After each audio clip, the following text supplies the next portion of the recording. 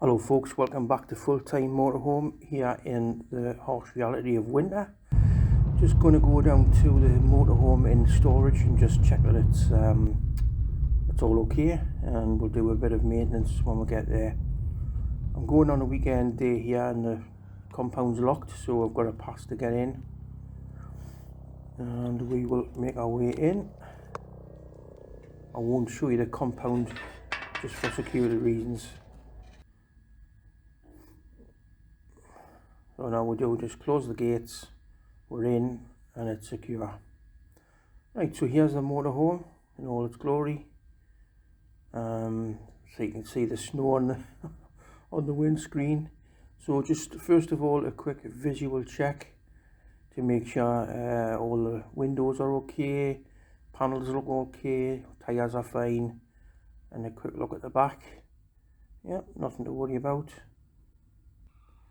And so yeah, we'll open the door. Inside, a bit messy I'm afraid. Alright, so it's absolutely freezing in here. Let's get the blinds open.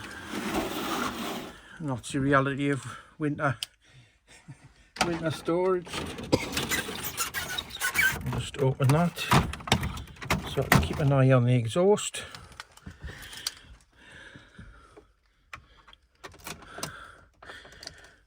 I just need to unlock the steering.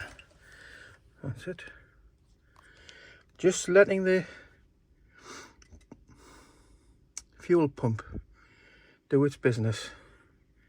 You can see the glow light plug comes on. That's all right. We'll go with that. So, as you can see, it's chaotic. You tend to just dump stuff. Right, let's see if we can give it a start. Just double check it's not in gear. So here we go.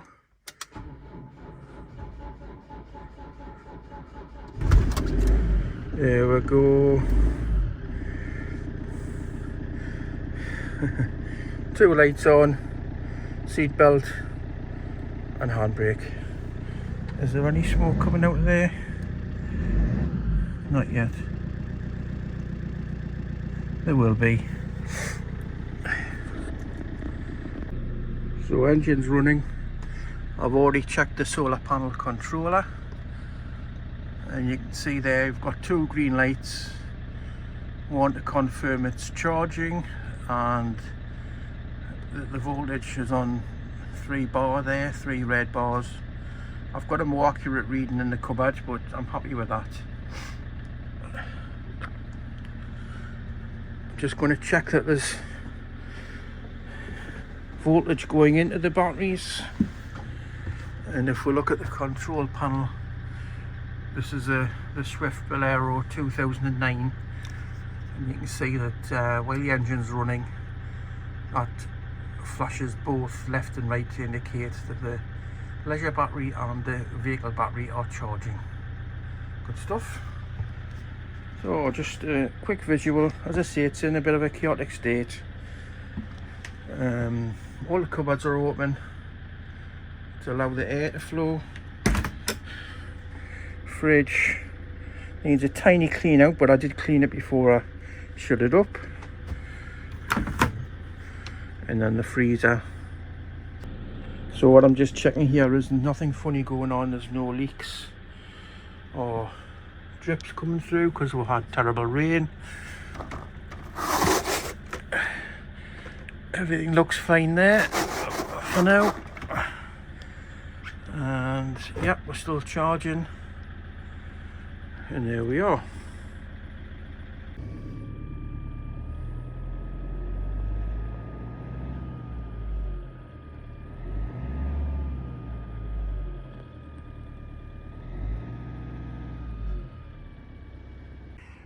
Okay, so I've turned the engine over.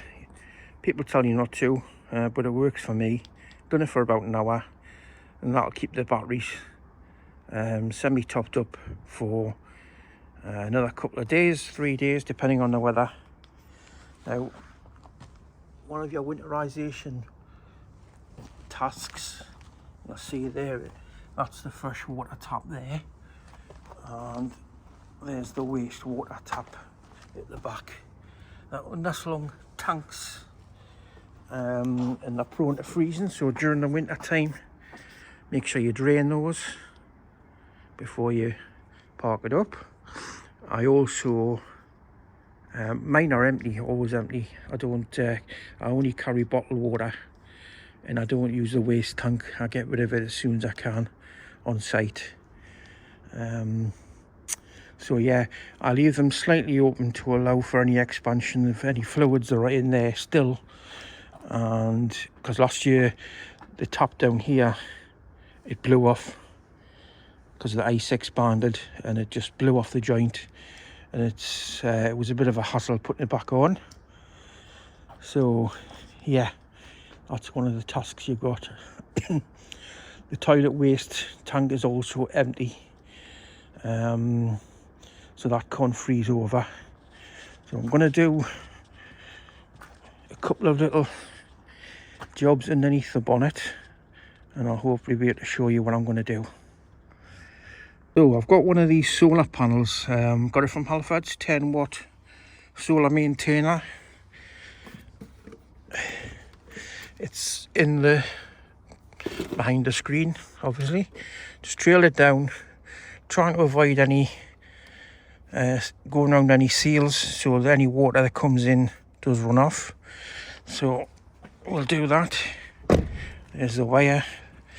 Nobody deals or messes with that because it's inside the yard. I'll come back to you in a second when I've opened up the bonnet. So that's the bonnet open. All I check now is that the engine water cooler levels are fine, which they are, and never changed. I had a problem with the radiator last year, it was leaking, so my garage put some magical stuff in. It wasn't Radwell, it was a new thing, and it seemed to work. However, the panel which is there for the solar in the window, you see here what's happened. I've just left the crocodile clips there, and look at that, it's only about 6 weeks old. Pretty poor quality. The same with that one. Oh, it's not too bad. Right, so I'm going to give them a clean. This is your anchor point for your negative, so never connect direct to the battery. And also just down here there's a little flap, and you've got the positive connector there to the battery, so you can test voltages from between those 2 points and stuff like that, rather than going into the battery compartment underneath the floor. So I'll just clean that up. So all I'm doing here is, I'm not going to do a great deal. I'm just going to slightly create a surface where I can get crocodile clips on.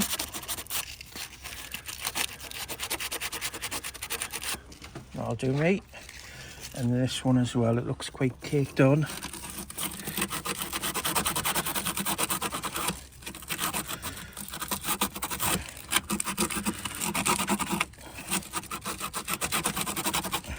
Just cheap sandpaper. Don't know what the grit levels are. Just enough to expose the metal. So there's a bit of rubbish come off there. I've cleaned that up as best I can. I'll just put that onto the grips. And then this one, again, I've cleaned it up as best I can. It's not gonna need too much. So there, got that on there. And that's how you connect the solar panel in. Nice and easy. Just keep it maintained. You could get better crocodile clips. You could clip and replace, but not too worried. Okay, there's a few drips of water and stuff. It's not oil. Everything's fine. So we'll shut that up and we're good to go. Just gonna clear that little bit of snow off. It hasn't been snowing for about 4 weeks. Just a little flurry there this morning. So that's all done. Even though you can see the sun's behind where there will be some voltage coming in there, and hopefully that'll just help in topping it up. The Sargent system does balance between the